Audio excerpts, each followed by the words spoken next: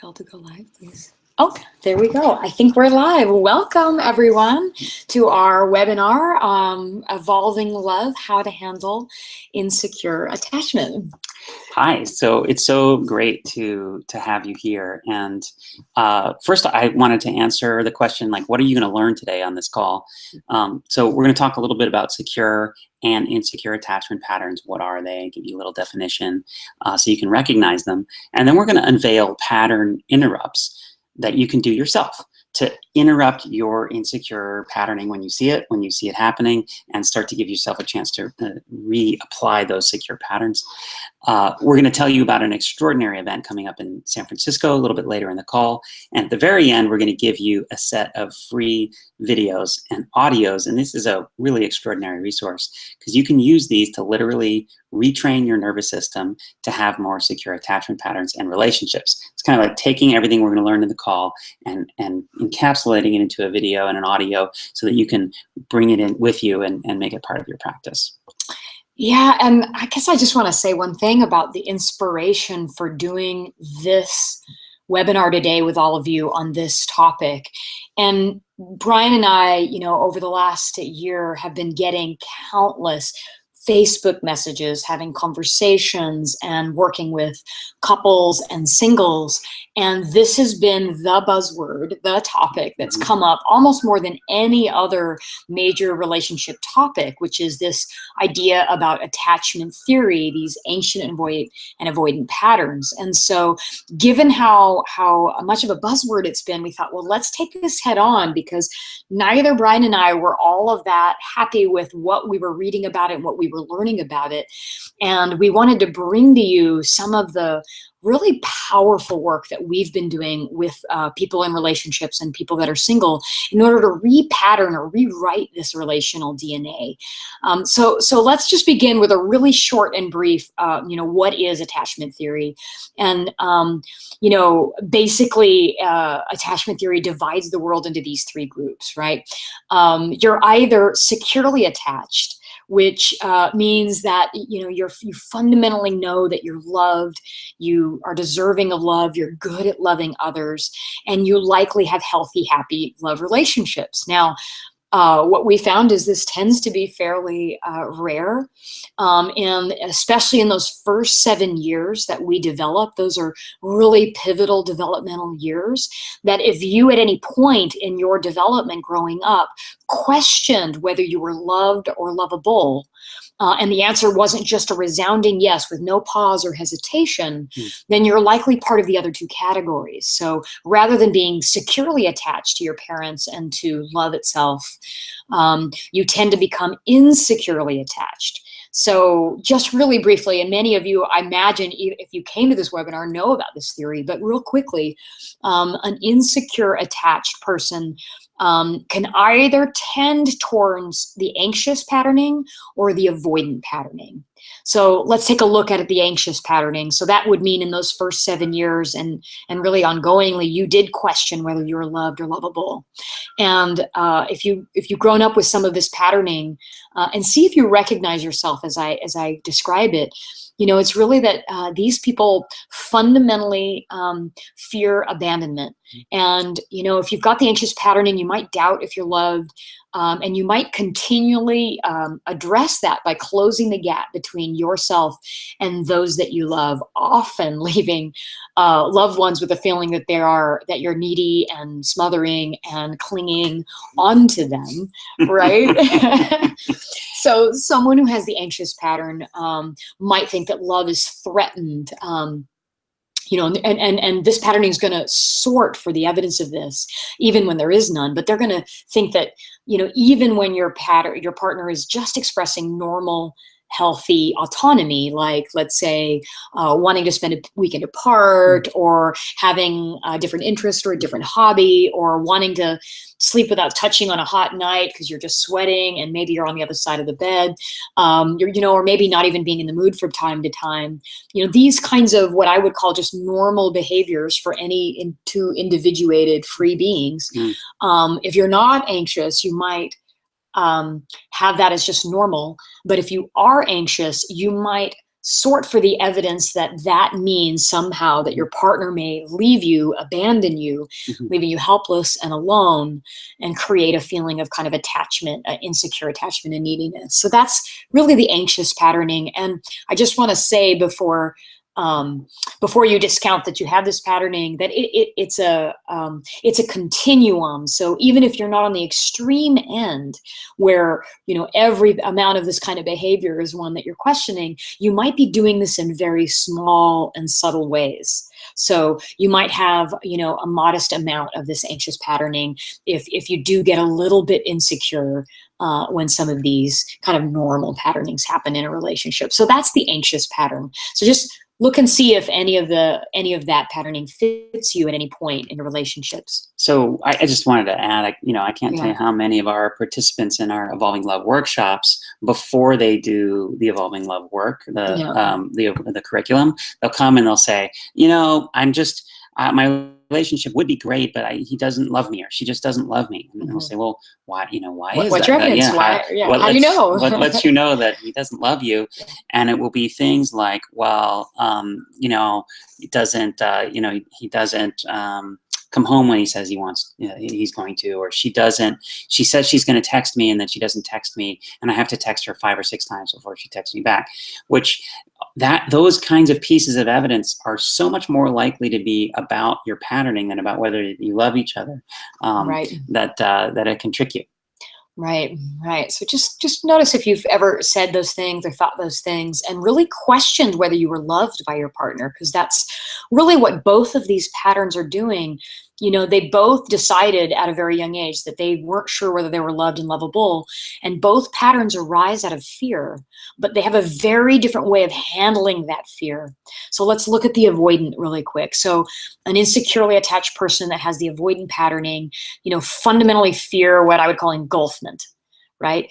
They doubt if they can love fully, and they continue to try to create more distance between themselves and those they love, often leaving their loved ones feeling like they're aloof or standoffish or running away, afraid of intimacy. There's a common one you hear, he's afraid of intimacy, she's afraid of intimacy.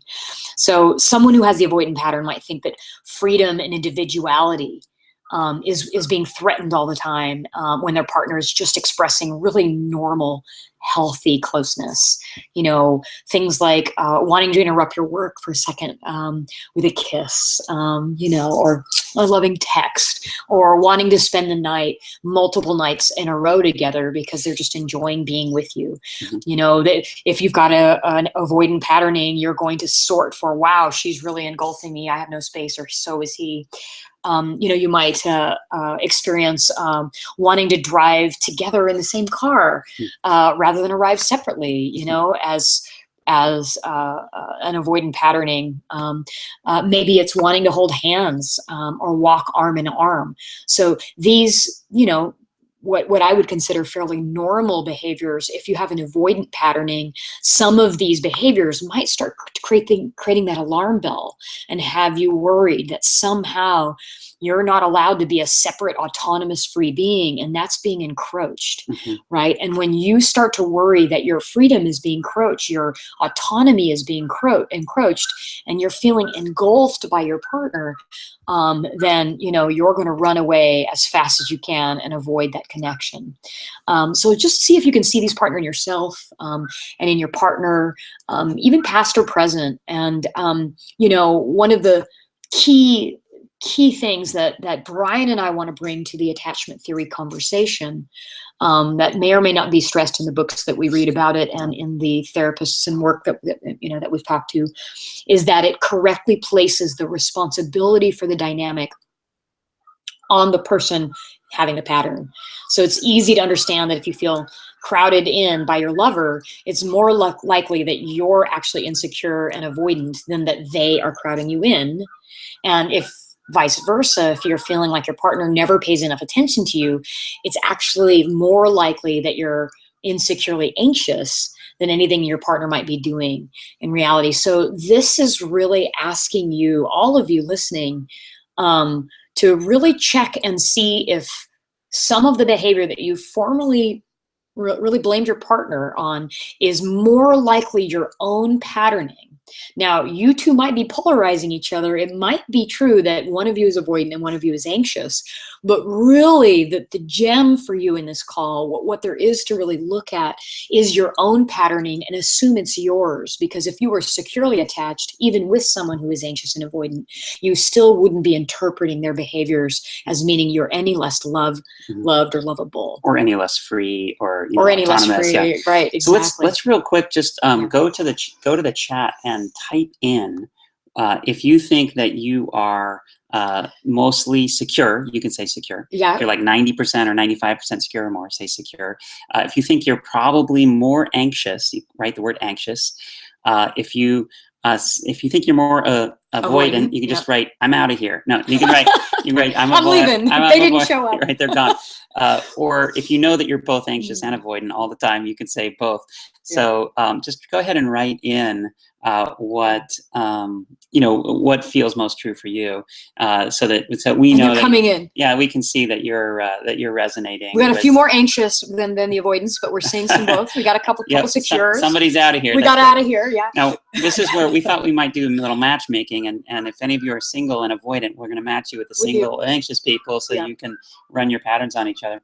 And that's, we're joking a little bit, but that's great. The truth. Keep them coming in. We like to kind of see how many people on there have one or the other. And really, I just want to say it's courageous of you to admit and see that patterning. And I think it's really the first step to healing and having a real adult relationship, is by noticing where is that patterning actually having you stuck at 2 years old or 6 months old when that first pattern became a reality for you. So thank you. Yeah. So for me, I'm have more anxious tendencies than avoidant tendencies, and I'm a lot more secure than I was 8 years ago when I met Jennifer, and that's part of why we're so enthusiastic and so committed to bring this material to you, because one of the misunderstandings that we find, or I find, when I was reading the book Attached, which was here, we can actually even show you. Yeah.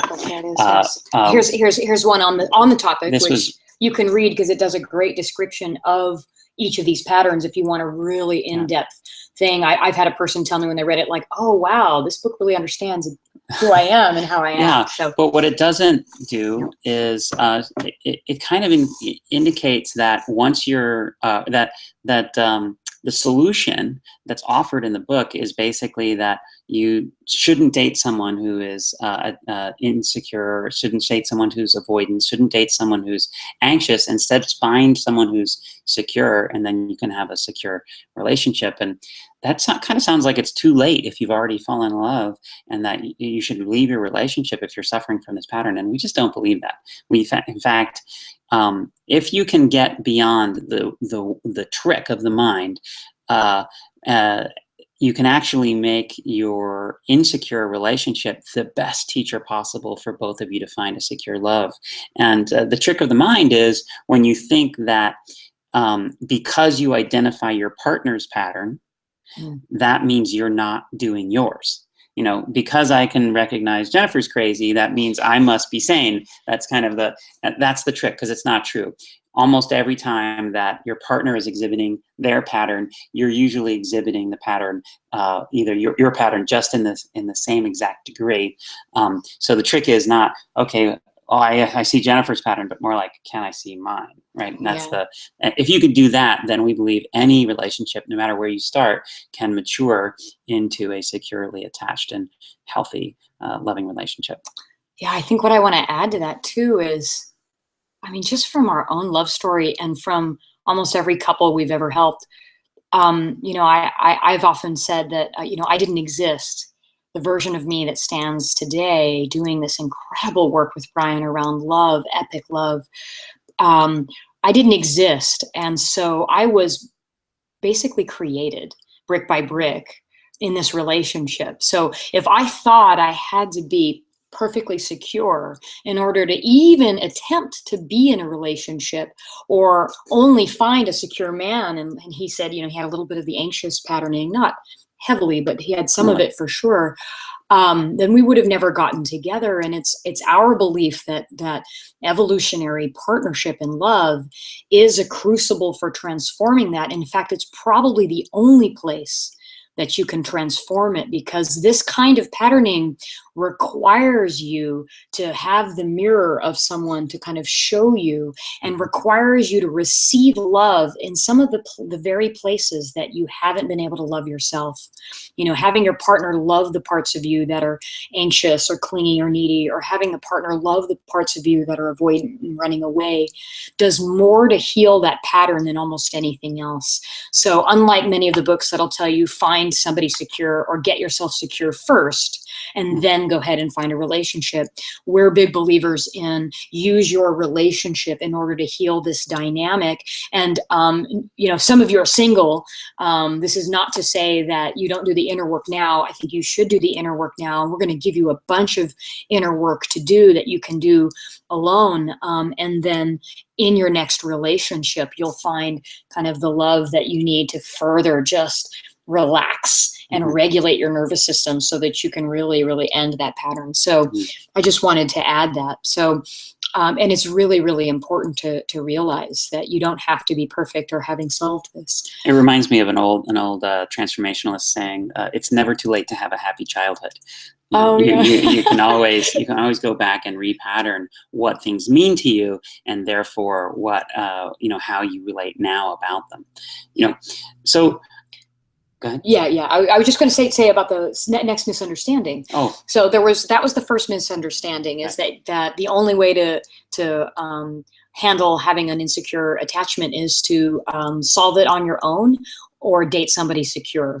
And so that's misunderstanding number one. But there's a second misunderstanding that just in countless conversations we've had that we just want to talk to you about in case you're confused. And I saw it in the chat window already, which in some of the material you'll see them saying that you are born either anxious or avoidant, and that doesn't change because it happened to you in your childhood, and that's just who you are. That's your pattern, and it's a fixed thing until you address it and become secure.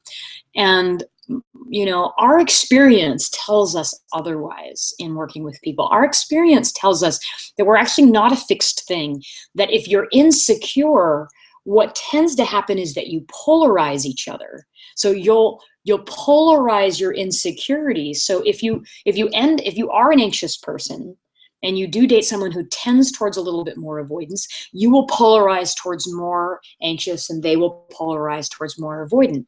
But if you're anxious and you end up dating another anxious, one of you might be slightly less anxious, and you could actually get polarized to seemingly be more avoidant, and or flip based on the dynamics in the relationship.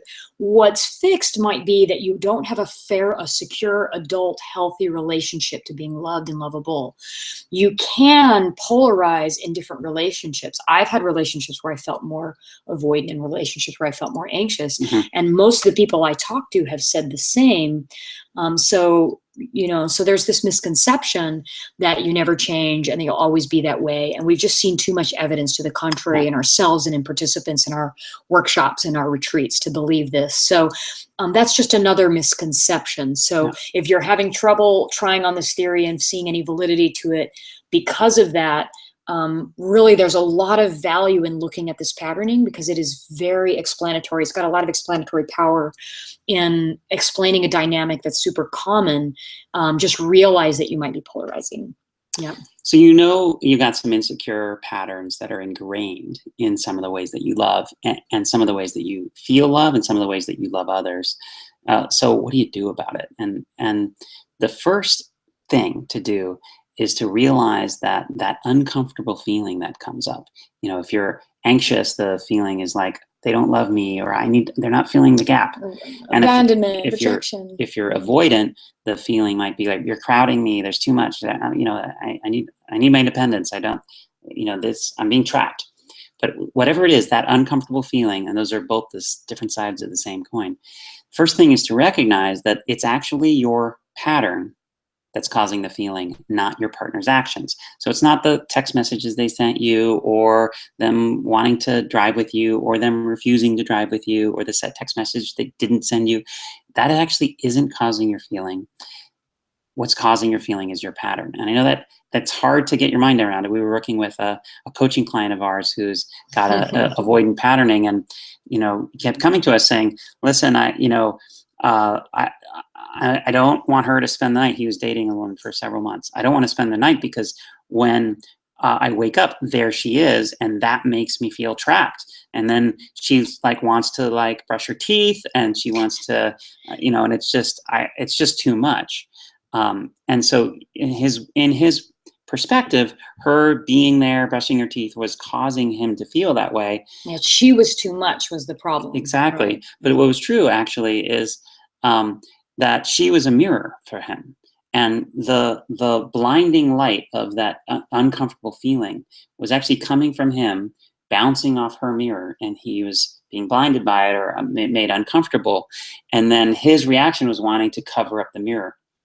And his evidence for why that's true is because when he's not around any mirrors, when there's nobody, then he doesn't have that uncomfortable feeling. He feels great. It's only when the mirrors come around, then he starts to feel this blinding. So he starts to blame the mirrors. And one of our favorite teachers, Bashar, says, if you look in the mirror and you see yourself as a frowning person, upset, like this, you don't go to the mirror and try to force the mirror to smile. You realize that if you smile, then you'll see reflected back to you a smile. So the first step is really that simple, to recognize that the discomfort doesn't come from your partner's actions. It comes from your pattern. The way an insecure pattern works is that it literally interprets the normal ebbs and flows of a loving relationship as warning signs that something is wrong. I'm going to say that again. The way the insecure pattern works is it interprets the normal ebbs and flows of a loving relationship as warning signs that something's wrong. So your pattern will have you feel as though something's wrong when it really isn't. And that's the first, when you realize, oh, my feeling that something's wrong isn't necessarily reliable. It may be that something's wrong, but it may be that nothing's wrong and it's just my pattern giving me bad information. That is that key first step. Yeah, I love this piece, and all of you listening, I'm going to say this one piece again, because what Bryan just said is one of those things. It's like a ton of bricks moment. It really, when you really get it, it can do a lot of the work of unwinding this pattern, which is distinguish your feelings from your partner's actions. Right? That's how he started. It's like, what's one of the first ways of handling insecure attachment? Distinguish the feelings you're having and your partner's behaviors or actions. If you think that your feelings are caused by their actions, then you're not going to see the patterning. If you distinguish, oh, these feelings I'm having are the patterning, they're not as because of their behavior, then you have kind of a chance to really take a look under the hood at the patterning. And we're going to dive deeper here. This is just the beginning piece of how to handle being in a secure attachment. But just underline that if you're writing it down, distinguish your feelings from your partner's actions. Yeah, because nothing else will, the rest of the process doesn't really work if you haven't done that piece first, right? It's like your cost of entry. Yeah. So if that's the case, right, then the natural next question that, I'd imagine you'd ask, or that at least that we were asking ourselves, is, in the moment, when I'm having that uncomfortable feeling, whether it's anxious or avoidant, something's wrong here. The pattern's telling me to handle it in one way, but what's the better way of handling it? And so, like, if you're anxious, the pattern is telling you to cling tightly to your partner, right? And to look for the evidence that you'll be abandoned and rejected and left helpless, right? If you're avoidant, the pattern is telling you to run away and push your partner away and get space and really disconnect, right? So that's what the pattern is telling you. And we actually want to upgrade the behavior in that moment particularly, because it'll feel very natural to you. You'll feel like there's a common right that's being violated. Like, of course, I want to be free and independent, and you're violating that. And you're going to think that their behavior is the violation rather than your patterning. So one of the biggest lessons that we are wanting to teach you is to reduce the fear in your system so that you can actually hear your own intuition. And so how do you do that? Like, how do you reduce the fear in the system? And to us, it's something that we call self-regulating, right? Self-regulation. You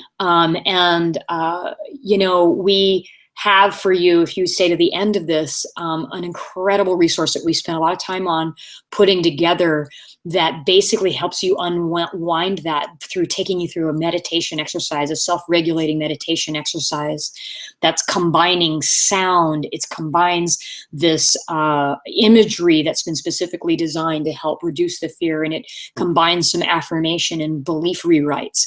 So we're going to give you access to that if you stay to the end. But let me talk about self-regulation for a moment. If that's not a common term to you, it's something that we've talked about with Annie Lala and Eben Pagan, two very good friends of ours as well. But really, it's in the moment. So there you are.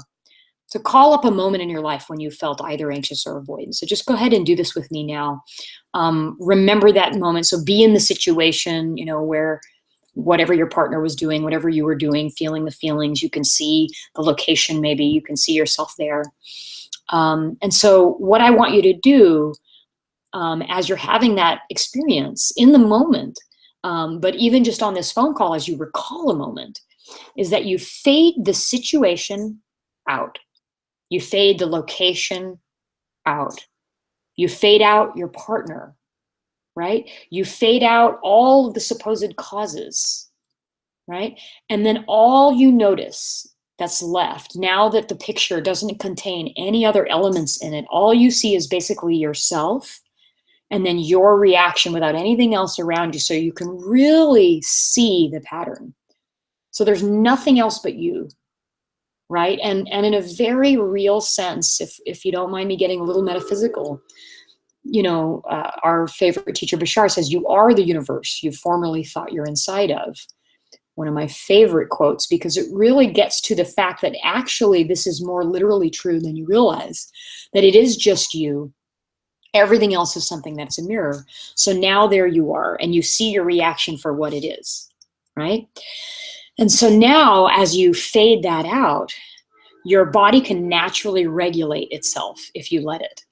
You know, what prevents you from self-regulating is having your mind caught up in the future and in making connections that are external to you, that there's all of these things outside of yourself that you have no control over that are making your state dependent on those external forces, and even with your mind attached to a future that hasn't happened. You know, if you're an avoidant, you're worried about in the future being engulfed or in the future being left. Mostly, if you realize you could be in the moment, in that present moment, you're actually not being left and abandoned when they didn't grab your hand in the movie theater. And when he didn't text you within 10 minutes of your text. Or 10 days. You're still not being abandoned. Right, yeah. right. And so, you know, so the first thing is you fade everything else out but you, and you allow yourself to be really, really present and realize that your state is not dependent on anything outside of yourself. And, you know, we're going to teach you a process at the end that literally walks you through self-regulating your nervous system, centering yourself, balancing yourself, and reasserting what we call your organismic rights, some of the belief patterns that have gotten really underdeveloped in you in this process, this self-regulating process that we've got for you. And so in that process, I'm not going to give you the whole process now because I actually want you to experience it. You'll be bringing your nervous system back to its relaxed and centered state, reminding you of what's actually happened, not what you think might happen in the future, but what's actually happening in the here and now. So, you know, first of all, I guess I want you to type into the chat window just a number between 1 and 10 with how capable you feel of self-regulating in the moment. I want you to be honest. So you're in the moment, you're feeling really anxious, or you're feeling really avoidant. The patterns totally got you. You know, you're triggered in that moment. How able are you to self-regulate right now? Let's just do a number from 1 to 10. So let's see those come in. So that's awesome. So 10 would be a really great ability to Tens, self-regulate. 9s, 3, 4, 6, 7s, 10s, 5.7, 3. 9. That's great. 5, 3. Good. You guys are good at assessing. We love these 1 to 10s because it allows you to really objectively look at kind of where you're at without language that's hard to decipher. So we want to see if we can increase this number by the end of the rest of this call. So we're going to have we've done about 30 minutes so far. We're going to have about an hour left on the call. We're going to increase that number wherever you started. And for the 10s, you guys are doing awesome. We hope to give you guys some gifts too. So, so the reason it works is, I just want to explain, when you're not self-regulating, what's happening is when you use another person to regulate, the anxious person basically says, I'm not okay unless my partner shows me love in some particular way. And so they are asking their partner, hey, will you regulate my nervous system by showing me love in that particular way? And then when the partner does, the person relaxes, and you call that a good relationship somehow. And then when the partner doesn't, you freak out and say it's not okay. The anxious person does the same thing, or the avoidant person does the same thing. Listen, I need you to leave me alone. I need you to give me space. I need you to do these things, because if you don't, then my nervous system isn't okay. If you interrupt me, if you do these other things, then my nervous system isn't okay, which means that your nervous system state, you've given it away to your partner. You're having them regulate you. And this is your nervous system that's inside your own body, Yeah. that you have somehow given total power and control over to your environment, to your partner. So why this works is that's sort of like going around with a plug, like let's say a lamp that you want to turn on, and you're plugging it into, not into an electrical outlet where you have all the power, but into a pile of dough, into a bowl, into, it's just plugging into all the sources where you can't actually get that internal regulation because your partner isn't in here. Your partner's out there.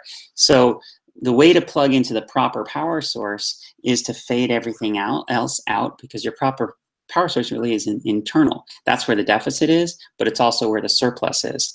You have the capability of meeting your own needs in every moment from a nervous system level. You can literally love yourself as much as you need to be loved in every moment.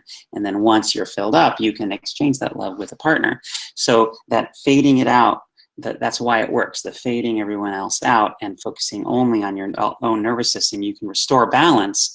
And then you won't be acting from your pattern. You'll be acting from a regulated nervous system. And guess what? When you have a regulated nervous system and you want your partner to hold your hand, she's much more likely to do that than if you need her to hold your hand in order for you to be okay. Yeah. So that's how those patterns kind of work together, and that's why this self-regulation works. Right. We end up inadvertently repelling, and creating the self-fulfilling prophecy. The more avoidant you are, the less your partner is going to confirm that you have your space and freedom that you want and autonomy that you want. And the more anxious you are, the more likely your partner is going to reject you and move away, even if they are secure, because you're going to be asking the universe to mirror back to you your own lack of lovability in that moment. So yeah, these patterns, if unchecked, they really prove themselves right over time. The avoidant person will get smothered. The anxious person will get left if you allow the pattern just to continue to repeat itself. But in the meantime, how can you tell the difference between, like, oh, this is my pattern, and your partner actually not showing up for you the way you want? Maybe your partner is interrupting you and you don't like that, and you're upset, and it's your pattern, but also your partner's doing something you don't like, and so it gets confusing. How really can you tell the difference? The difference, when your nervous system is regulated and you drain all the fear out of the system, you're not thinking about the future anymore. And you can really examine, how am I feeling? What's true for me right now? What do I need? What do I want? Then you can actually make a simple request, an adult request of your partner, and you can say, oh, I didn't like how we didn't spend the night together for 3 nights, so I'd like to spend more time together. And your partner can say, okay, that sounds great, because you're not running the pattern. Right, or say not, and you won't necessarily make that mean that you're not loved and being left and abandoned and rejected and helpless, left helpless. So totally, because if you say no, that doesn't mean something about me. It just means that's not your preference. yeah, so again, just to go over what we said so far, distinguish your pattern from your partner's behavior. This is the first thing to do to handle insecure attachment. The second is this thing we're calling self-regulation, which we've started to describe here, and we're going to give you, an audio and video resource to help you actually self-regulate. It's really powerful. And I just want to say that in secure or adult relationships, your needs and your desires can be exchanged without requiring your partner to do that in a particular way to maintain your well-being. So, each partner is self-regulated, and the natural ebbs and flows of love and connection don't become what I would call catastrophized into doomsday future thinking. So in a healthy, secure relationship, you just exchange your needs and your desires. Like it's just easy thing to just say, oh, hey, I'd like to stay over. Oh, I'd like a couple days to myself. And the way that that's received, that it doesn't mean anything bad about you, no matter how it's received. These are just plainly your needs, because you realize you have every right to need both the connection that you want and the love that you want and the freedom that you want, because these are fundamental human needs, both sides. So there's nothing wrong with needing either of these things. And if you have an adult secure relationship, you realize that and don't need to kind of cling on. So that's one of the major pieces around that. Before moving on, I just wanted to say one more thing about the meditations. So these meditations are the free videos and the free audios, the gifts that you can get at the end of this webinar. And to me, they're just really exciting, because in the process that Jennifer and I have used to become more and more secure, to become less and less triggered, not just with each other, but with life, to be more and more assured and comfortable with those natural ebb and flows, so that, wild things can happen. I still know without a shadow of doubt that I'm absolutely loved, and that I'm absolutely loving, and I don't have to be concerned with that. And just that is so relaxing. And how we did it was, in that moment of trigger, when the catastrophizing was happening, the mind is racing, we talked ourselves through essentially a meditation process where we put our attention on different specific things that reordered our nervous system and brought ourselves back to centered in a way that's specifically tuned to undo the one or the other pattern. Yeah, exactly. Yeah. And so what we've given you is a recording of, it's actually Jennifer's voice, because I love her voice, it's amazing, of Jennifer's voice walking you through exactly what she would say to herself and exactly what I would say to myself when we were healing these patterns. And so you can get this right in your ear, and the design is for you to have it on your phone or with you at any time. And if you are in a triggered moment, you can just hit play, and then you'll reset your own nervous system with a little bit of help from Bryan and Jennifer. So I'm excited to give you that. That's later. Yeah. And it's I think of it like a permission slip. It's you have this permission slip that you can use in the form of this audio to regulate both your neurology and your biology and your physiology, right? And you can allow the recording to do that, such that the next time you open your mouth, you're in a totally regulated state, you're all the way resourced, and you can actually have a healthy relationship to the being loved and lovable and your needs. So just moving on to the next piece that I feel like is an important part of this dialogue that I don't often hear from experts on the topic, which is, this question that you might be thinking, so once the moment passes, what can I do to gradually change over time my tendency to go into the pattern in the first place, so that I don't need to actually continue to use this meditation to self-regulate, for instance, or to apologize afterward for all of the heartache and pain havoc that you might be creating with this patterning, or that your partner is creating for you. So, what I see as really fundamental, the core of what's creating these patterns to begin with, is that you're likely missing some of what I would call the key organismic rights, which are really meant to develop in early childhood. And, this is a concept developed by the Austrian psychoanalyst named Wilhelm Reich, sorry about that. And it outlines a series of developmental stages that every child goes through. And what he outlines is these 5 organismic rights right? And they are the right to exist, right? You as a being have a right to exist. This is the first right that you develop in those first few months of childhood. And believe it or not, some people don't fully develop an adult mature right to exist. And you can tell because they usually have really thin, frail bodies. Like they literally can't even like arrive in a body and take up any space because they don't really have a right to exist. And the entire world around them is unsafe. And they're afraid. So that's just an example. But there are 5 of these. And there's something that you can't do without, and they can't be taken away.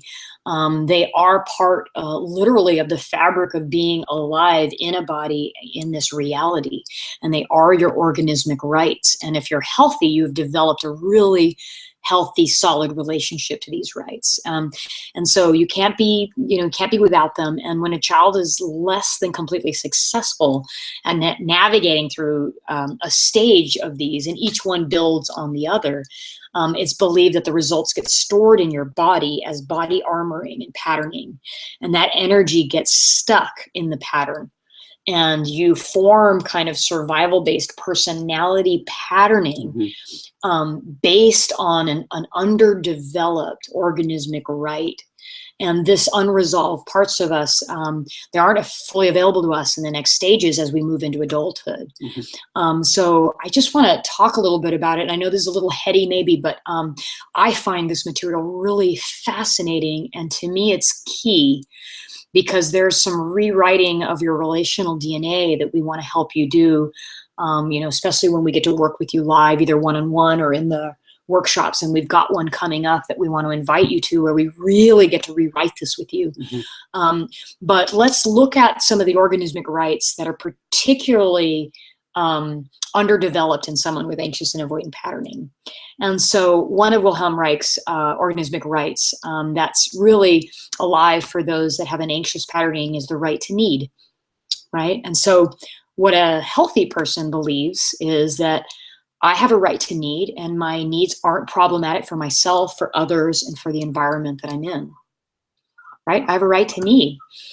And that's just solid. Like there's no questioning it. There's no, well, maybe I don't, or maybe if I need, I'll be left. Like there's a lot of unhealthy patterning that most people have, that when if they look themselves in the face and said, I have a right to need, they wouldn't be able to do that in a relaxed, regulated state where their nervous system wasn't kind of reacting to, well, wait a minute, maybe I don't. And I have evidence that when I express my needs, the world doesn't support me, so I don't actually have a right to need.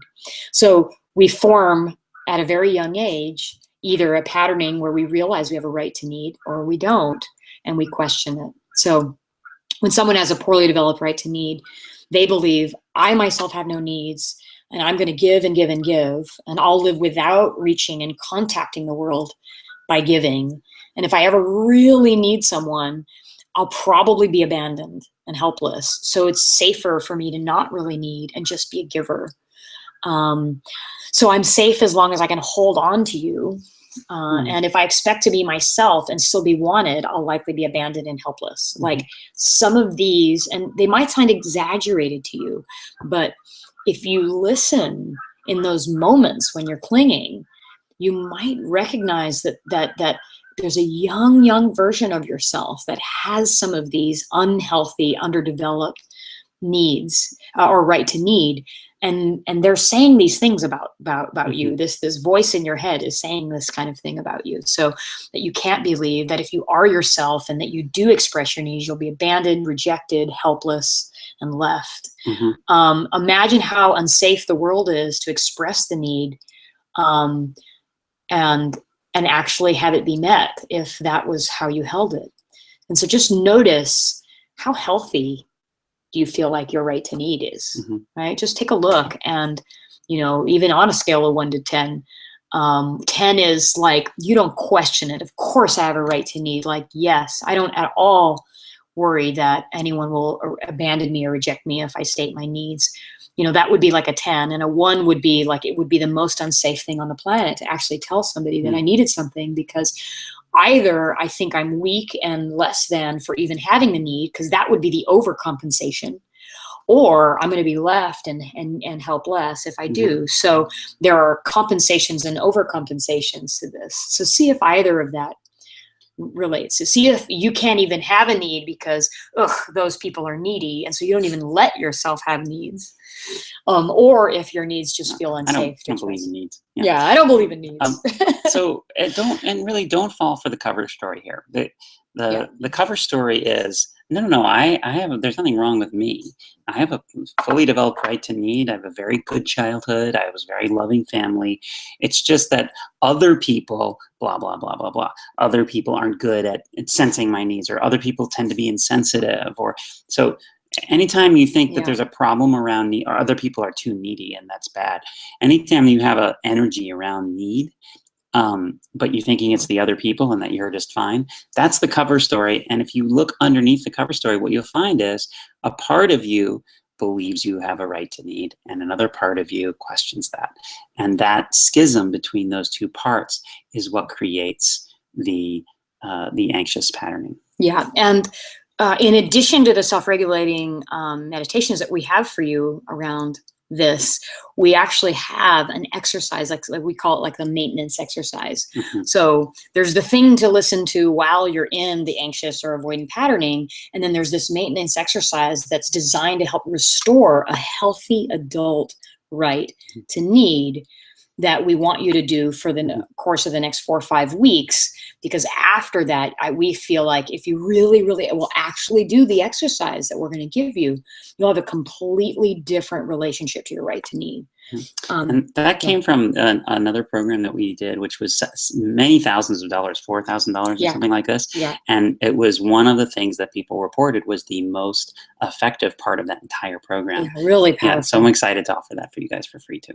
Yeah, just imagine healing this once and for all, how you will approach your life, yourself, your projects, your relationships, your teammates, just to have a healthy adult right to need. And sadly, it's rare.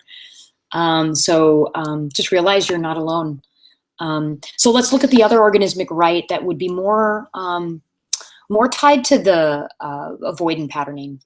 And, Wilhelm Reich also has, as one of the basic organismic rights that builds on top of the right to exist and the right to need, which is the right to be independent, right? The right to be autonomous and still belong, right? This is like the right to be separate and somehow not lose your belonging or not be loved. And so this right for this independence is another basic human need. We are separate individuals. So our separateness is part of what allows us to even relate to begin with. If we were all one undifferentiated consciousness, we wouldn't actually have a separate experience and be able to relate around it. So as we come into this form, into this body, we of course have a right to be autonomous and to still belong and not somehow be cast out because we are a different being. So, what a healthy person believes, if they have a healthy right to be autonomous or independent, what they have is that they have a right to be separate and still belong, and no amount of closeness now would threaten my ultimate freedom or autonomy. If I was healthy here, that's what I would believe. Like, no amount of closeness is going to threaten my freedom. I can rely on others without becoming beholden to them. And belonging doesn't threaten my independence. Those are two different things. And in fact, if you're really healthy, you'll realize that belonging can strengthen you, that your environment can support you more fully to be able to explore independently than if you were off out on your own, alone and separate and by yourself. We are by our nature tribal beings. So we realize that we are really more interdependent than independent as a deeper truth, right? I mean, we are interdependent with the planet in order to survive. And that interdependence is good. So anyway, what someone who has a poorly developed right to be autonomous and independent believes that, if I had that, I would believe that I'll live without feeling helpless and contact the world via controlling helpfulness. So I guess what that means is I can do anything myself. So I don't want to rely on anyone else. And if so, I will, if I reach out for support, I'll be used, I'll be manipulated, I'll be humiliated, I'll be helpless. So I need to keep my distance. I need to not be supported by anyone else and just be on my own, because if I go down that path, all that's left is for me to be somehow my identity be subverted and manipulated and helpless. So that's the right. And these rights really can be reprogrammed by giving yourself the loving nutrients that were in too short supply during your upbringing, whether you realize that as a child or now or not. In one sense, a part of us says, like, I didn't get the love that I needed growing up, so I'm going to get it now from my partner, which has the effect of meeting your partner with a sense of lack. So what we are saying is instead, we want you to give that part of you what it needs now, so it can love and be loved by your partner without compensating for a historical deficit. And by the way, that deficit's totally invisible to your partner. So they don't see that whole equation. They just see the neediness and they don't get it. So you want to do the maintenance exercise that we've included at the end of this webinar once a day, 5 days per week for 5 weeks. And you will have a massive shift in the baseline of those organismic rights, the right to need and the right to be autonomous. Yeah. And, 5 weeks for us is like the minimum amount of time to really repattern your neurology enough so that these new beliefs, as we give you a way to repattern that physiology and neurology with this exercise, which you're going to see, you kind of regroove a new pattern. So what do you do about these patterns, not when they're yours, but when they're in your partner? That's another question, is like, we've been talking a lot about how to recognize your own partner and what to do. But it's probably true, if you are anxious or avoidant, that you're with a partner that is anxious and avoidant. Occasionally, avoidants get together, although not for very long. Yeah. Occasionally, anxious people get together and they just try to merge into one blob of humanity. But the most common is that anxious and avoidants find each other. They attract each other. Yeah. So what do you do? First of all, just like you have to self-regulate, when you observe your partner's patternistic behavior, you have to remember that their pattern really is not about you. If you're making their behavior personal, then you're going to identify as not enough or as too much. That identification is what gives you the feeling of insecurity that leads to reasserting your own pattern, right? So that's what kicks yours off. So in secure or adult relationships, your partner behavior doesn't ever mean something about you. I'm going to say that again. In secure or adult relationships, your partner's behavior never means something about you.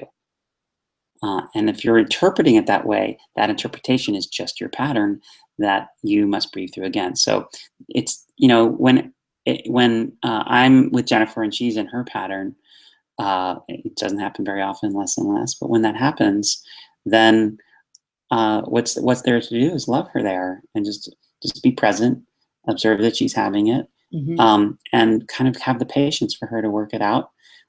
I can't solve it for her; only she can solve it. But I'm not going anywhere, and I don't need to prove something or exert my pattern or do my part. And if you're secure in that moment, you're not getting triggered, so it's easy for you to stay present and be a loving presence as they kind of reparent themselves through some of these processes that we're sharing with you. So it's not up to you to be their mommy and daddy and reparent them. It's up to you to create a loving environment that allows them to reparent themselves, so that you don't kind of become that figure and create an unhealthy dynamic, which is a whole other webinar we could do. And it's really important to stay true to your feelings, to what's true for you. So if your partner is anxious, let's say, and they're wanting attention from you, and you could think that it's the right move as a loving thing to give them the attention they want, to soothe them. But if it's actually not true for you, that that's what you want, you have to find a way to be with them, to not disconnect, to let them know that the love is there, but that the attention that they're seeking is just not available right now, even though the love is there. And that retraining of the love's not going away, even though the symbol that you thought you wanted for the love is, that retraining for an anxious person is incredibly healing. Likewise, for an avoidant person, your freedom is not compromised here. My presence is just a symbol of love. It's not a symbol of you being trapped. You're still free. So if you can have those two messages be sent at once, that's basically the best thing you can do to with a partner's exhibiting their pattern. And for me, this love is a pretty long game. I'm in it for decades and decades with Jennifer. So if it takes a week or a month or a year or 10 years to heal one particular pattern of hers or mine, that's just a privilege to be side by side with her during that time. Yeah. Yeah, it's something we both hold so dear, is that being in a relationship is such a privilege. Yeah. And the minute that you try to frame it as just a lot of hard work and obligation, you're really losing sight of how lucky you are. I mean, there are single people on this call, and billions of people that are alone and don't have a partner. And so just realize how lucky you are if you have someone to walk down the path together. And if you're single, just realize, what privilege and play it is to begin down that path with someone, so that you don't take it for granted when it does come into your life at whatever timing that happens. So, you might be thinking, this sounds like a great way for me to work on my relationship on my own, but, because we've talked about a lot of the inner work that you can do on your own to self-regulate and really fade everything out and work on it yourself and redo all of these organismic rights and repattern all of that. But so the question might be, how do I unwind specific fights that I'm having with my partner? So if I'm in a relationship and this is coming up with my partner, how do I bring up difficult conversations with my partner without escalating into a fight? Right? Because how often does this patterning come up and create a fight, regardless of what side of the patterning you are? And even if one of you is secure, it can still create some fights. So, for that, it's our belief that you need a really effective conflict resolution process. And those are really hard to come by. I haven't seen very many people do them quite like we do. I'm actually really, really proud of how Bryan and I have been adding to the field of love and relationship itself through a completely different evolutionary path through conflict. And so you need this kind of process. You need one that's actually, one is effective at resolving conflict for good and not just repairing the hurt feelings and doing the whole thing over and over again, right? Because there's more than one phase. There's the repairing it, and then there's like resolving or restructuring your relationship afterward. So you need something that's effective, not just at repairing the hurt feelings. Two, you need one where both of you really get your needs met, right? It doesn't work when it's all one-sided. I mean, all of us have probably been in a relationship at least once where every fight seemed to be just about helping one side of the partnership get what they needed, and then your needs didn't get met. We remember the anxious pattern says like, oh, I have no needs. I'm just going to be giving. I'm going to contact the world through giving. And so that really plays well into, so you're going to have this one. Like a one-sided conflict resolution. Oh, I'm so good at conflict resolution. Just I gave my partner everything. I held space for them. I gave them everything they needed. Of course, I didn't get my needs met, but what a surprise, Forget that they didn't even bring them up. Right, exactly. but they'll blame the other partner and use that as evidence. So process it really. So you need a process, one that resolves it really for good, and then one where both gets their needs met, and three, one that feels good to both partners, so that the conversation is one you always want to have, instead of the thing you're just like putting your hands through your hair going, oh, do we have to do this again? Right? You actually want a process that you're excited to have, that feels good. So that's number three. And I was just going to say, if the conflict resolution that you use with your partner sucks, then you're not going to resolve your conflicts. Right. You're gonna avoid that. Yeah, exactly. Right? Yeah. And then lastly, you want a way of handling these patterns and this conflict in your lives that gets underneath the surface of the issues and feels safe enough for both partners to actually be honest and vulnerable and to be loved through the process. You can't have a successful long-term relationship without a successful conflict resolution process. And imagine if you held as a standard for your relationship that the conflict resolution process that you use had to be just as beautiful as your most romantic date. And if you can, if you can look at how beautiful, healthy, fun, engaging, and uplifting conflict resolution process is for a couple, you show me that and I'll show you how long that couple's going to last. Because what otherwise it happens if the process is kind of broken, and most people have abysmal conflict resolution processes. If that process is broken, or they don't have it, or it's not rehearsed or not agreed to, then nothing gets resolved, and you just layer upon layer upon layer of conflict until the whole relationship feels like it's a big weight, and then it really does fall apart under its own weight. And that is really exactly why we designed the Evolving Love Workshop. And there's one coming up in San Francisco on November 4th for singles and November 5th and 6th for couples. So is it all right if we talk with you guys a little bit about this workshop and just put into the chat that, yes, you want to hear about the workshop? Because I'd love to tell you about it, but we want to make sure that we have your consent. So let us know. I don't know which way we're going. Up, good. Okay, good. And we've got some great questions. Great questions too. Yeah, we're going to have some time for questions in a minute. And yeah, it looks like yes. So the workshop. Let's talk about the workshop.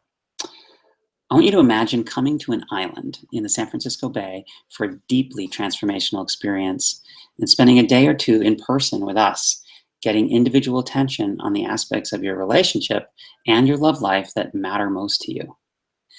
And now imagine having the stage set for you in the most gentle and respectful way for you and your partner to permanently resolve your biggest recurring conflict without getting triggered. So either you're coming with your partner and you can do that, or you're coming alone and you're being set up to do that on phone calls and other interactions with them. Or you're looking at your pattern just as a single person on that one day to really do that inner work to unwind it so you don't bring it to the next relationship and the next one. One of our past participants in this last workshop said that he couldn't believe it. He said, we dove in and we actually solved the most important issue of our whole relationship. We've been married for years now, and I just assumed we weren't ever going to solve it. I was crying my eyes out because I heard her say and acknowledge things that I didn't even think she had any idea about. It was amazing. So that's the kind of stage setting that was going to occur on this island in San Francisco in November. Yeah, and one of the reasons we wanted to create a kind of a live experience with us, one is we create magic in the room. I mean, you know, they call us a dynamic duo, and there's a reason for that. But you know, the really what we notice though, all of that aside, is that there's a problem with relationships where we try to solve our hardest conflicts while we're triggered, right? And we force the conversation and try, and we're in the middle of both of us, or you know, or you look at any relationship trying to handle conflict, and neither of them are resourced, neither of them are bringing their best selves, and that's the moment in time when we're trying to resolve the biggest patterns that we have that we're not even seeing in ourselves. And so we basically have no resources to act like a grown-up in that moment. You know, we're acting 2 years old and throwing tantrums and really, really falling down to the lowest common denominator of where we've had arrested development. And so at the Evolving Love Workshop, what we do is we create a space of fun and lightness and love, and really what we really bring to the table is raising the conversation into a more evolutionary context, so that unlike maybe some technologies and circling in therapy and some of these other things that we've seen, rather than kind of circling the drain inside of the same consciousness that has created the problem. Yeah, really examining it in detail and getting into and understanding stuck it. On the lounge of why, exactly. As our friend Annie says, endlessly going round and round, and you're kind of navel gazing and circling the drain. We have developed many, many ways of pulling you up and out into an evolutionary context that raises you both into a much higher order conversation, and the quality of the questions and conversations that you're having creates the relationship you're in. And so, you know, several couples in our last retreat were actually giggling and laughing as they were talking about topics that previously they thought were totally taboo subjects. So that's what happens when you raise the conversations. The no-fly zones, you know. So right, yeah, no-fly zones. We have a system for resolving conflict that works. And it really is about rewriting your relational DNA. We have a way of like laser guiding you with our kind of loving, caring, where we each represent the pole of the masculine and feminine, and we can usually translate for both partners really, really well working together. So we have a system for resolving things, rewriting that relational DNA, either as a couple or as a single, that works, that feels great. And almost everyone from our last retreat said that they were actually able to solve their biggest conflict, their biggest pattern, and felt like it just wouldn't or even come back, wouldn't even come back. And that's not bad for 2 days. Many people came to us after being in therapy for years around this topic, or for decades of having the pattern and reading self-help books and all of that. So, we feel really proud of our ability to help you really rewrite that. And that work is hard to do via online or in a webinar. So we really want to invite you to come see us and spend probably 2 of the most powerful days of your life rewriting that relational DNA, having an impact on every relationship you have after. Each of you have like a relationship angel and a relationship devil inside of you when it comes to how you relate to your romantic partner. At sometimes you're just an amazing, epic lover, so beautiful, so sweet, kind, insightful, thoughtful, romantic. And sometimes you're kind of a jerk, right? you're like we sometimes short say that you reserve both the best of you and the worst of you for your partner. So at the Evolving Love Workshop, you get to really let the angel side of you be in charge and determine how you want to resolve conflict. And previously, there are certain things that the devil's been in charge of, like sort of domains. Oh, this is coming up, I'm going to handle this, right? And so we kind of let the angel be in charge, really, and we soothe and relax the fears and concerns that lead the devil side to, so it doesn't have to come out and be so destructive and difficult. And so that you kind of like tame that devil side of you, so he gets kind of cuddly, and then the angel gets to be in charge, and you end up walking out having seen yourself more as an angel, seeing the angel more in your partner, and that's part of what lifts up the whole thing to feel so amazing. So in this workshop, I want to talk to you a little bit about what you'll learn. And let's take a look at what you're going to learn with us. So we cover a lot in 3 days, and it isn't even just the 3 days, because you get months and months of working with us through an extensive manual we give you and an online group and all of that. But really in the workshop itself, we're going to practice 3 evolutionary conversations that will raise the consciousness of your relationship. We're really, really big believers in teaching you the nuts and bolts of what is evolutionary relationship. What are the distinctions that create it as such? How do you go from ordinary to extraordinary in your relating? And, it can be taught. It's just we aren't in an educational system where we're taught how to love and relate in these ways, but in a few days we can actually teach you how to do this. So 1 is you'll practice those 3 evolutionary conversations. 2, you'll learn about how more about what to do when your partner triggers you and how to de-escalate without giving up your truth. Right? We don't want, this idea of compromise or selling out or self-betrayal that we see as really common in how most relationships deal with conflict. One or the other of you is self-betraying over and over again. And even if in the moment that seems like a worthy sacrifice, over time, it never does. So that's 2. 3, we're going to design your ideal love story and practice embodying it together. That's so fun. Right? So we'll have you really work on that, and you're going to see evidence of each other really being a version of themselves that you'll just be in awe of as you watch, and we'll help you anchor that over the course of the months that follow, so that it's not just something you can do in the room with us, but it's something that you carry on. 4, we'll resolve once and for all one of your most painful recurring patterns, and if we don't resolve it all the way, we promise to at least begin you on the process and show you everything you need to do step by step in order to get there. And in our last workshop, we had almost everybody in the room go from beginning to end and resolve something really, really fully and completely, and put to bed a recurring pattern. And so we'll give you all of the tools that you need to do that. And then 5 is, we'll show you how to make sure that your resolved conflicts stay resolved. right? So that they don't come back later, a month later, a week later, a day later, in the car on the way home, So we're going to show you how to do that. 6, we're going to show you, we're going to talk about why being good at conflict resolution is the way it's normally taught can actually hurt your relationship. Like there's some myths and misunderstandings that are super common that I bet all of you are doing, or at least most of you, even the really conscious ones. In fact, often it's the very conscious ones that are trying on some of these that are actually creating more harm than good. Yeah.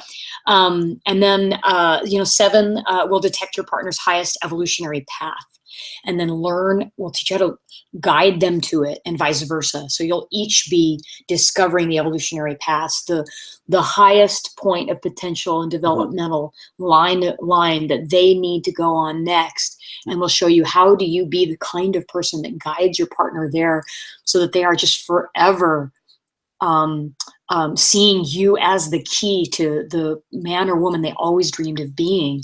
Yeah. And that's really what an evolutionary partnership is. So we'll tell you how to detect that and how to guide them. There's a false dichotomy there. People think that either they're like trying to fix their partner, you're not supposed to fix your partner. Mm-hmm. So they think, either they're trying to coach me or fix me or change me, or they're just hands off and they're like, well, to each his own. I'm not trying to fix you, so I'm not involved. So there's this apathy or this controlling continuum that people think they have to be on, and we show you this total path completely off of that continuum, where you're not trying to fix them, but neither do you have apathy, but you're actually engaged in their evolution, which is what makes an evolutionary partner. Totally. And then here's a big one, is that in the 2-day, we'll help you transcend the normal cycle of complaining and defensiveness.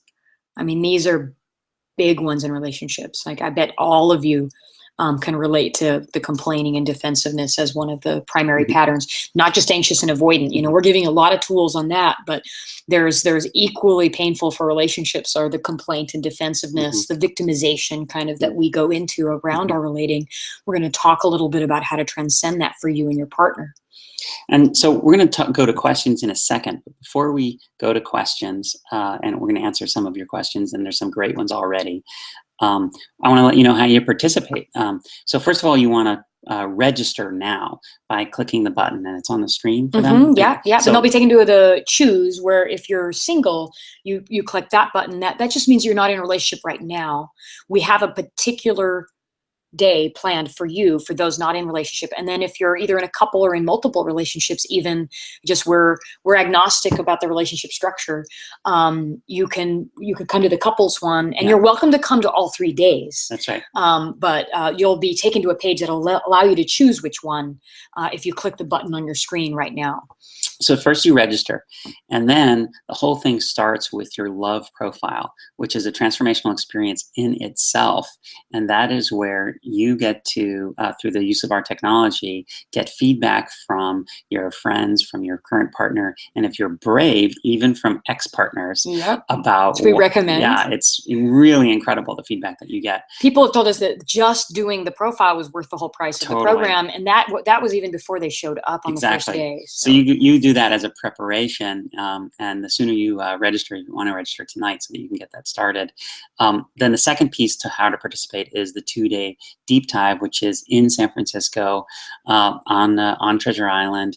Let us know if you're coming in from out of town. We got lots of wonderful hotel recommendations nearby.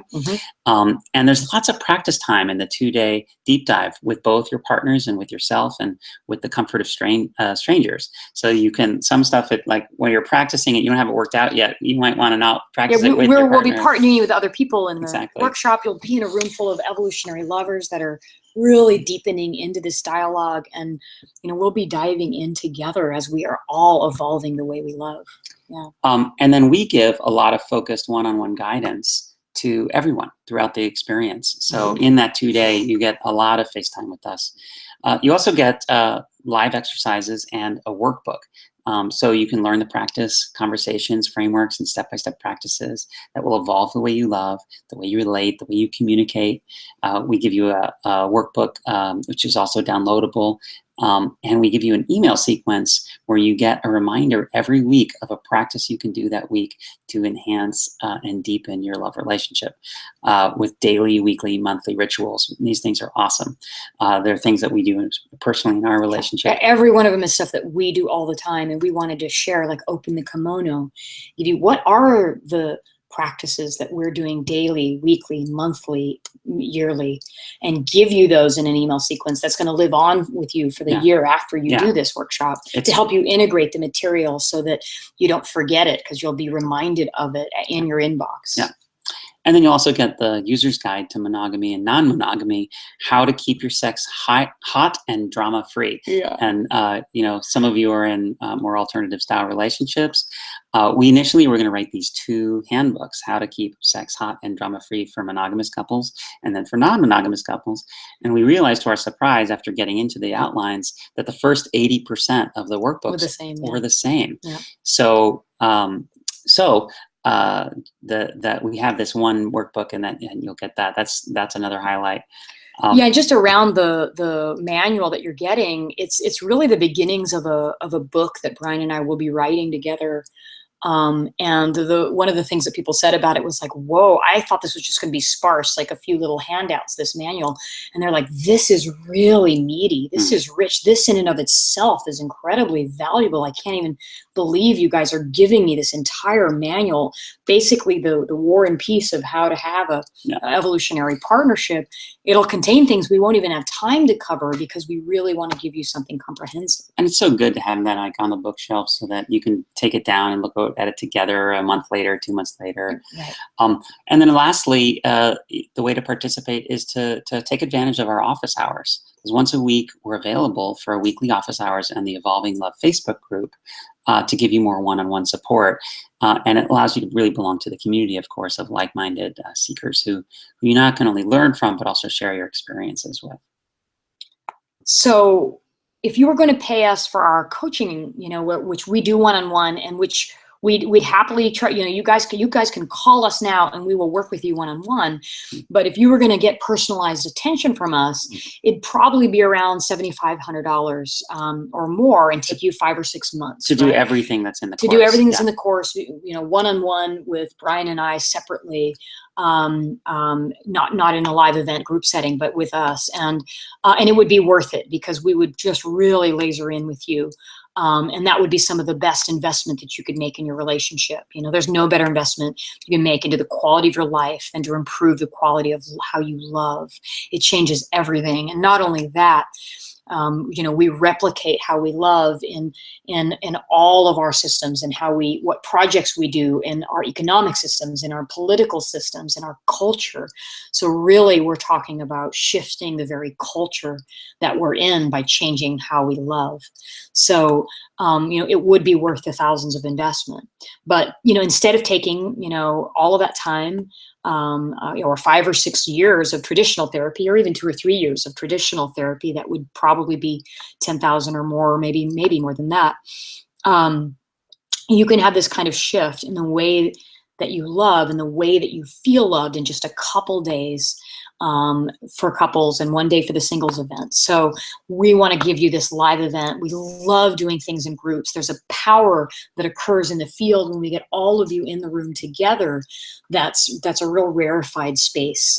So that's what we want to give you today at a fraction of that price. The price for the couples workshop is only $495 per person for 2 days, and the singles workshop is only $595. No, $395. Yeah. Well, that's without the. Oh yeah. Sorry. Yeah. So you have them backwards. I'm sorry? The couples workshop's $5.95, and the Oh, singles workshop is oh, I $4.95. didn't realize. Yeah, yeah, I have it backwards. yeah. Sorry. Oops. So the couples workshop is $5.95, and the singles workshop is $4.95 Yeah. for one day. Sorry about that. And the workshop is November 4th for singles and November 5th and 6th for couples. That's coming up pretty soon, in just a couple of weeks. But we did want to give you an early bird discount of $100 if you buy your tickets in the next 24 hours. So that means the couples workshop is only $4.95 for 2 days, and the singles workshop is only $3.95 for you. And everyone that hears that tells us, oh my God, I can't believe, spending 3 days with you, 2 days in the one event, 1 day in the other event is only a few $100s. We wanted to make this such a no-brainer, so accessible. And we may not do it at this price for very long as we start to build kind of our credibility and notoriety and come out with our books. But we wanted to make those of you that want to really start this process with us now have a way to do it with us at a few $100s, so that you're really getting into it with us and having it be accessible and easy for you to say yes. Couples coaches, therapists, and counselors have been reaching out to us to learn about what we're doing. And this is what one professional couples counselor had to say after taking the workshop. Just quote, "I feel like I've been waiting for this information all my life. My lens of what a relationship can be has widened and expanded. I now have a definition and a knowing of what an extraordinary and evolutionary relationship looks like and feels like. And I know the way I do relationship and the way I work with my clients is forever changed." Yeah, we tend to get incredible feedback from a lot of relationship counselors and therapists that love doing our work, because they're like, nobody is teaching anything remotely like this. We had a therapist come in and say, can you certify me in some of this, because this is so far beyond what anything I've learned, and I really want to add it to how I help people in love. So even if you're in the business of love and relationship, this is just vocationally relevant to you in meaningful ways. You could pay thousands and thousands of dollars on becoming a licensed therapist, or you could come for 3 days with us and get the beginnings of a completely new understanding of how to handle love. So just take us up on this offer. It won't be for very long. The early bird is only going to last for another 24 hours. So we really want you to get in on that. We like to reward people that just decide, that don't just take weeks and weeks to hem and haw. It allows us to prepare for how many people we're going to have in the room, which takes the kind of headache off of our plate, because then we know who's showing up, and it'll give you an opportunity to begin the love profile, which we want you to have a few days to do before we begin. So you're going to want to take us up on this offer now. Get the $100 discount. You'll be so glad you did. And while you're clicking on the button, let's open it up the line to questions. And at the beginning, we promised you the free download, and we want to make sure to give you that link. And so I want to tell you how to get this resource that we've been talking about throughout. And maybe I'll let Bryan tell you how to get it, because we talked about these meditations and this maintenance exercise, and we want you to jump through a little hoop to get it, just to show us that you want it. I want you to have it on your phone. Because that's where you're going to use it, right? It's no good if you're triggered in the moment, you're not away from your desk or whatever, you don't have it on your computer. So I really want to have it right with you. And so what I want you to do is actually text me, and you can text me at, I'm going to give you my phone number, 415-810-9769, and text me with just your name, the word attached, your name, the city you live in, and your email address. So that's 4 things: the word attached, your name, the city you live in, and your email address to my phone number, which again is 415-810-9769. And I'm going to return the text with a link that has all the stuff on there, so you have it right on your phone. And that's what I want to do. And now, as you guys are doing that, and as you're pressing the register now button for the retreat, we want to get some oh, I can't wait for your book. This is an awesome offer. I just want to, while you're putting together your questions, and send them in the chat box. When we've tried to do Google Hangouts, getting you on live, it's just too much of it takes too long. And so we're just going to take your questions from the chat box. So this is wonderful.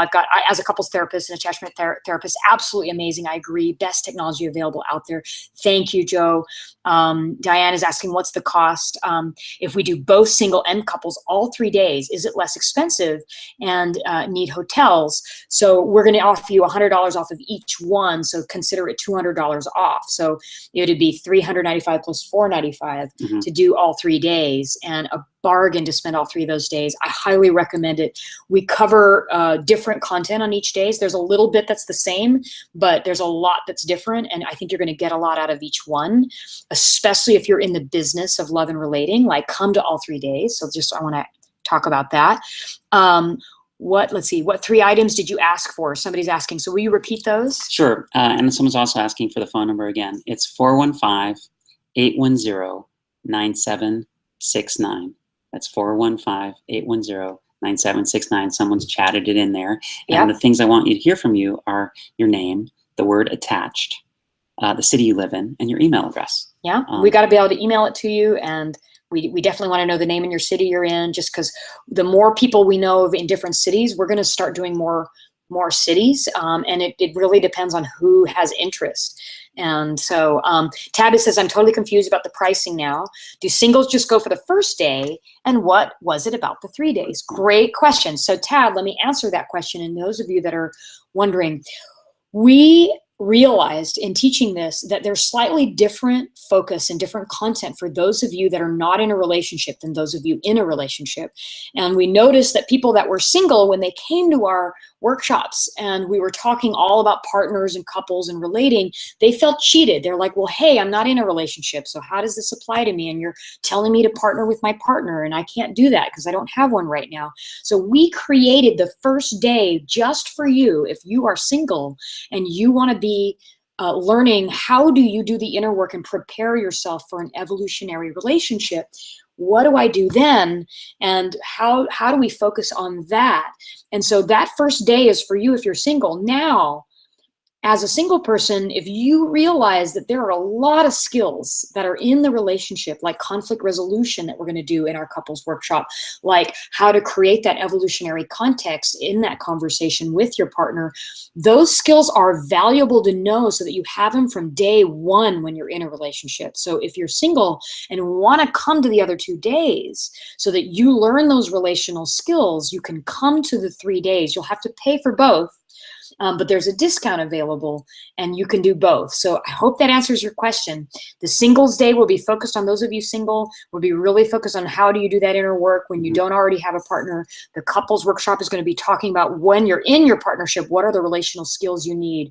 Also valuable for you if you're single, but we will be talking about couples and partners and doing some partnered exercises, and we will find you someone to partner with, because we always have a few singles in both of them and a few coupled people in the singles one. So we'll have some cross-pollination. So let me look at some of the other questions. You can imagine in the singles workshop, we're really focusing more on what's your evolutionary path and how can you attract people into your life that are aligned with that, and what are how do you know whether someone's really an evolutionary partner or whether it's just like a Mr. Right Now or a Mrs. Right Now. So we'll focus more on that. And in the couples workshop, we're really going to be unearthing what are the current real-time conflicts that you're having right now and how can you solve them right now so they're actually solved with the person. And as Jennifer said, both singles and couples have gotten a lot out of attending both workshops. Diana asking, can you attend couples as a single? Yes, totally. Can you attend the couples workshop if you're not bringing your partner? Yes. You might be in a relationship and you're going to be able to go home with the manual and we can even add them to the Facebook group, and you're going to be able to put them on the sequence, and you can actually give them a lot of the experience when you get home. So I highly recommend, if only one of you can come, which happens sometimes when you have kids and you need to figure that out, please do come. So yes, you can come either way. I want to answer Andy's question. Where can I find out about the workshop in the other cities that you offer it? So right now, we're basically only offering the next workshop, which is in San Francisco. There is a talk about perhaps one coming up in Toronto, but we haven't confirmed that we are going to do that. And we're going to basically introduce them based on demand. But if you're in Toronto and if you're in Boulder, really I recommend coming to this next workshop. Because we just don't know when it will be, and for sure there are no more this year. So So come join us in November in San Francisco. Even if you're far away, I promise it'll be worth it. Mm-hmm. And then let's see. If you're based overseas and don't have a U.S. cell number, is there another way, yes, that we can get this information that you're offering? Thank you for your great workshop.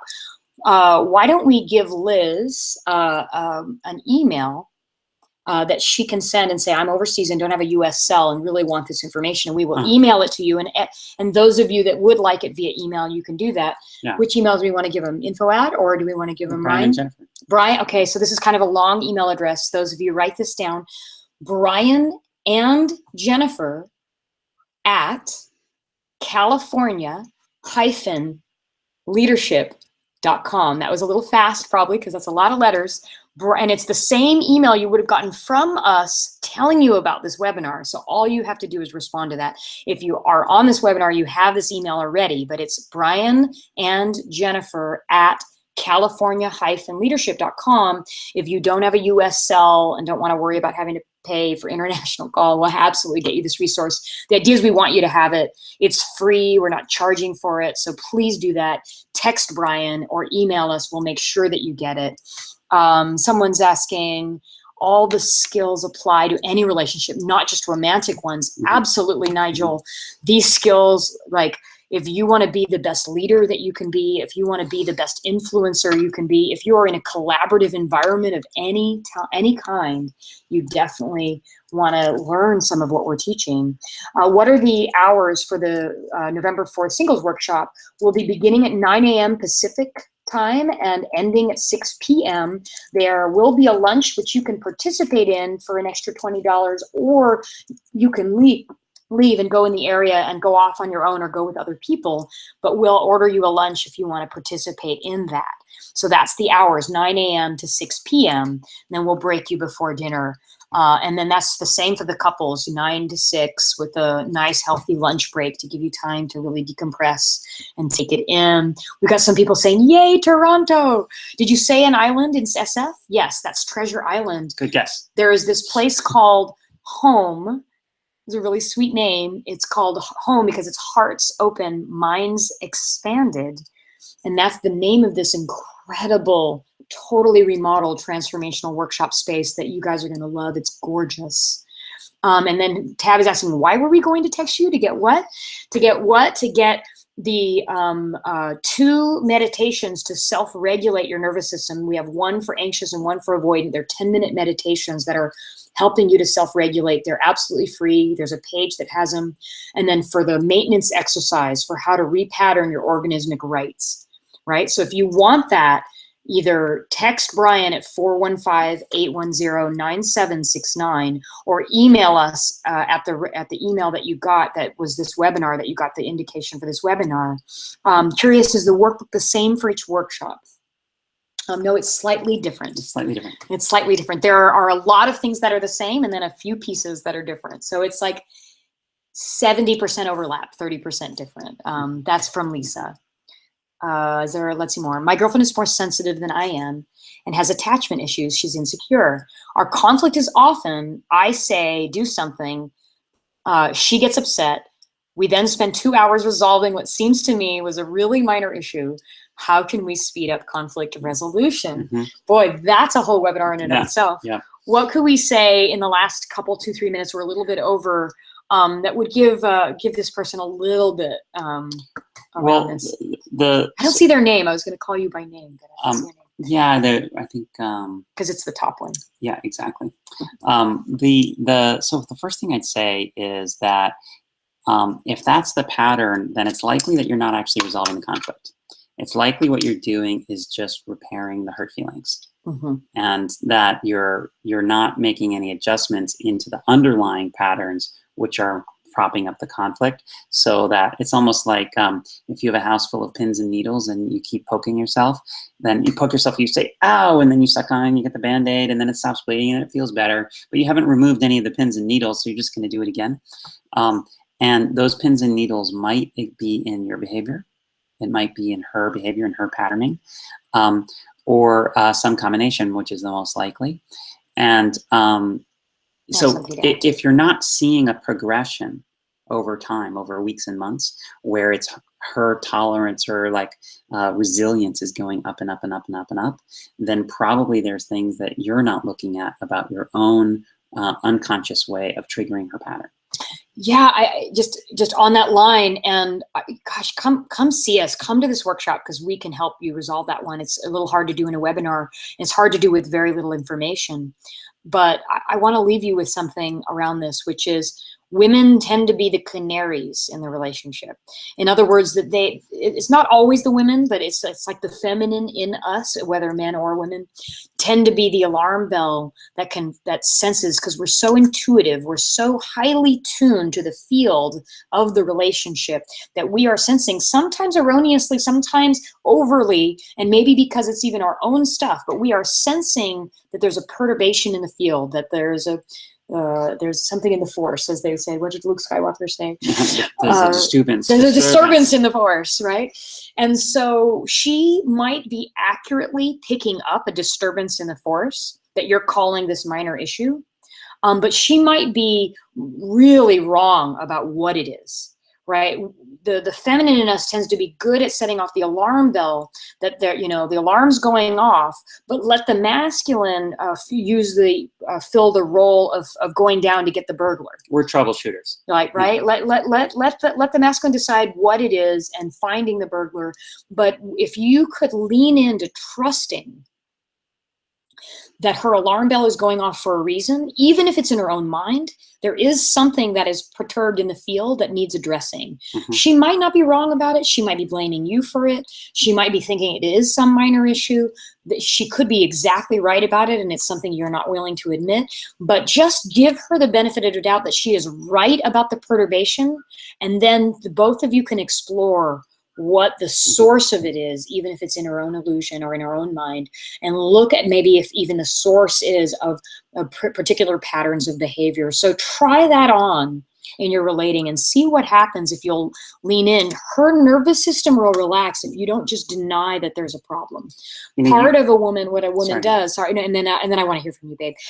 Part of what a woman does is when you resist that there is a perturbation, she's gonna dig in harder and going to really keep you in that 2-hour conversation, as you said, because you're not just validating. If you just say, okay, yeah, there is something up.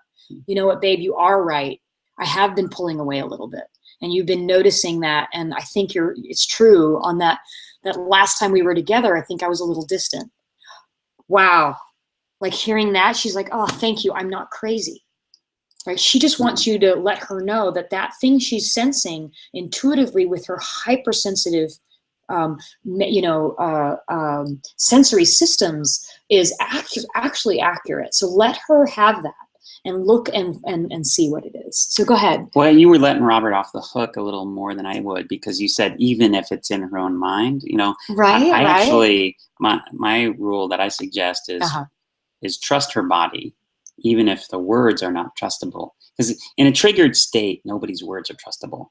If you're triggered, what you say isn't trustable. And a woman's triggered, what she's saying isn't triggerable. So it's trustable. So if she's really triggered and she's like, I'm really angry because you are wearing unmatched socks, it's probably not the unmatched socks. Yeah. And what we do as men often when we hear that from a woman is say, oh, she's crazy. She's like overreacting to the unmatched socks thing. And we dismiss the whole thing, which then makes her go even more crazy. What if we trusted the body and said, you know what? I'm in relationship to the deepest source of wisdom available on the planet, which is a woman's intuition as expressed in her body. And that's telling me something's wrong. Now it's attached to this mouthpiece, which is giving me kind of faulty information about what's wrong, but I actually trust that the intensity of the reaction is accurate. And then start asking yourself, what is that reaction appropriate for that is going on? And this is when the masculine's ability to troubleshoot really kicks in. We can't tell whether there's a problem or not, but we're sure good at finding out what it is when someone tells us to look. So then it's like, okay. And then it might be, blah, blah, blah, socks. And, she's talking about, you weren't there for me. And you go, you know what? Are you stressed about your job right now? And were you hoping that I was going to spend more time talking to you about your job situation and really helping you with that? And she'll say, yeah, that's it. And now her body relaxes because you're in reality with her. So that's what I was going to. And that, by the way, was Robert Love, who wanted to say hi. Yeah. We know. So Yeah, thank you, Robert. I love that. Last question, because this is a good one. Carrie is asking, how can you communicate the disturbance in the force without sounding like you're nagging? Yeah. Right. Because that's one of the big complaints that often men have of women, but that when we bring up these things, somehow all of that gets categorized as nagging, and sometimes it does come off that way. So as a man, how can a woman, tell you without complaint and defensiveness, tell you about this disturbance in the force? Well, like if I was going to custom design it for me, it would be, while naked, like that's one way you could. Are you naked? You could start undressing me and then and say, by the way, there's something bothering me and I don't know what it is. That's number one. Number two is to just report the sensations you're having as though they're in the field. It's almost like, like you're reporting something that's in the room together. Wow, my body's really, I'm totally contracted, and I'm having all these strange thoughts about like being afraid that you're going to cheat on me, which doesn't make sense. And then be in an inquiry. So what do you think that's about? Like, if you had to guess, what's causing that? And so you're inviting the dialogue without a prepackaged blame. Like, you're certain that you know exactly what's causing the problem, and if they don't address that, then they're bad. That's the part that becomes problematic. And it could be, I don't know, you walk by the laundry, and it's his chore to do the laundry, and he hasn't done it. And you go, God damn it, the laundry's not done. And so for you, it's the laundry that's causing it. But remember that the laundry is just a trigger, and that what's causing it is something else. So you might go, you know what? I walked by the laundry, and I got rageful. So right. I know that you didn't do that, and that sucks, but what is there something else going on too? Like, help me uncover this thing. So I hope that answers your question, Carrie. Yeah, I have one thing for Carrie as well, and for any of you, because just notice that these questions, they're part of the human experience, right? We're all having some of these things come up for us. And so one of the ways that I like to communicate something like a disturbance in the force that doesn't sound like nagging, but that really gets under it, is I notice that the top layer is like, that top layer is kind of like negative and complainy and often victim-y. And if I allow myself to go underneath the complaint layer, underneath this top layer of truth, which is not the deepest layer of truth, I notice that underneath there's probably a value that's being violated that I care about, that my partner probably cares about.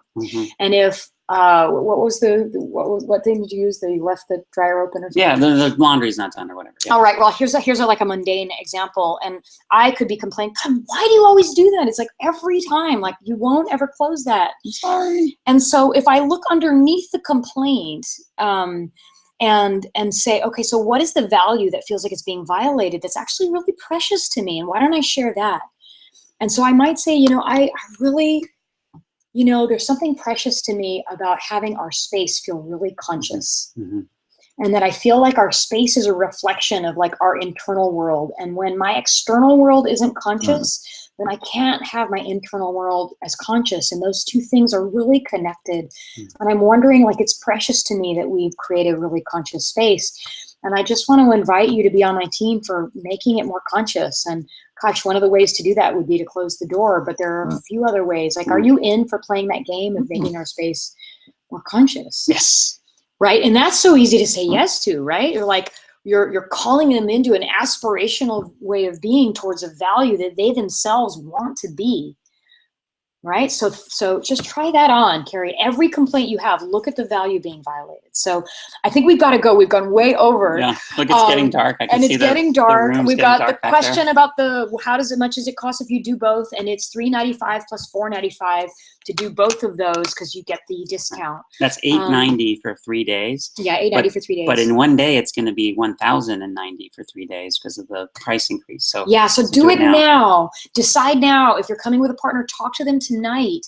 We want you to get that early bird discount. Even without it, it's totally worth it, because we're talking about $100. But still, we want you to act. So act now, click the button, reach out to us, stay connected. We love doing this work. We're so inspired. It feels so congruent for Bryan and I to be teaching here. Thank you for your attention, your questions, your enthusiasm, your passion. Get a lot out of those resources we give you. Please reach out and get them. They're free. So do that as well.